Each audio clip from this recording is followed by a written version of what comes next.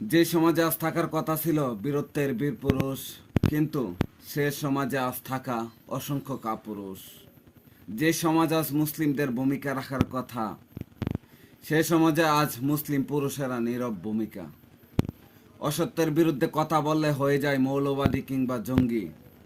আর এই ট্র্যাক থেকে বাঁচার জন্য সে বেছে নেই কাপুরুষের পথ। মনে রেখো মুসলিম পুরুষ তুমি, অসত্যের বিরুদ্ধে কথা বললেই তুমি হতে পারবে বীর পুরুষ। হবে তুমি মুসলিম সমাজের গর্বের পুরুষ।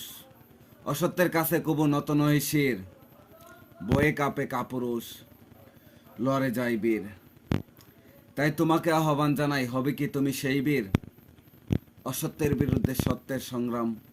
তুমি মুসলিম হয়ে থাকলে তোমার স্লোগান হবে, সৃষ্টি যার আইন চলবে তার। সত্যের সংগ্রামে অসত্যের বিরুদ্ধে তোমাকে রুখে দাঁড়াতে হবে যদি তুমি সত্য প্রতিষ্ঠা করতে চাও। সৃষ্টি যার আইন চলবে তার, এই স্লোগানকে সামনে রেখে এগিয়ে আসো হে মহান বীর পুরুষের যুব সমাজ।